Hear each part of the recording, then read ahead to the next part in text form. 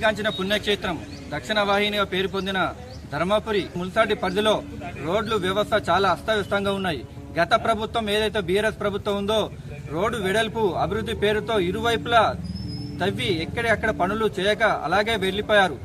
ప్రతి వీధిలో ప్రతి వాడలో మెయిన్ రోడ్లు ఎక్కడ చూసినా కూడా రోడ్డు వ్యవస్థ చాలా అధ్వానంగా ఉన్నది. దీన్ని పట్టించిన తర్వాత కూడా కాంగ్రెస్ ప్రభుత్వం పట్టించుకోవడానికి కారణం ప్రభుత్వం నిర్లక్ష్యమే అని మేము హెచ్చరిస్తున్నాం ప్రభుత్వానికి. అలాగే గత ప్రభుత్వం ఏం చేసిందంటే రోడ్డుకి ఇరువైపుల అభివృద్ధి పేరుతో ఇండ్లు కోల్పోయారు.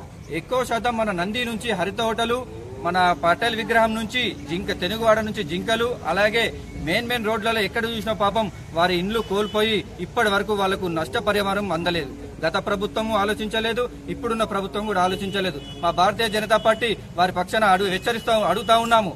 ఇప్పుడైతే అధికార పక్ష నాయకులు ఎవరైతే ఉన్నారో అప్పుడు ప్రతిపక్షంలో ఉండి వారి ఎవరైతే నష్టపోయినో వారి కోసం పోరాడారు, పేద ఓట్ల కోసం పోరాడమని అధ్యక్షారు. మరి ఇప్పుడు సంవత్సరం అయింది, వారికి గవర్నమెంట్ వచ్చింది. మరి ఇప్పుడు ఆ కోల్పోయిన వారి బాధ్యతల గురించి ఎందుకు ఆలోచించడం లేదు?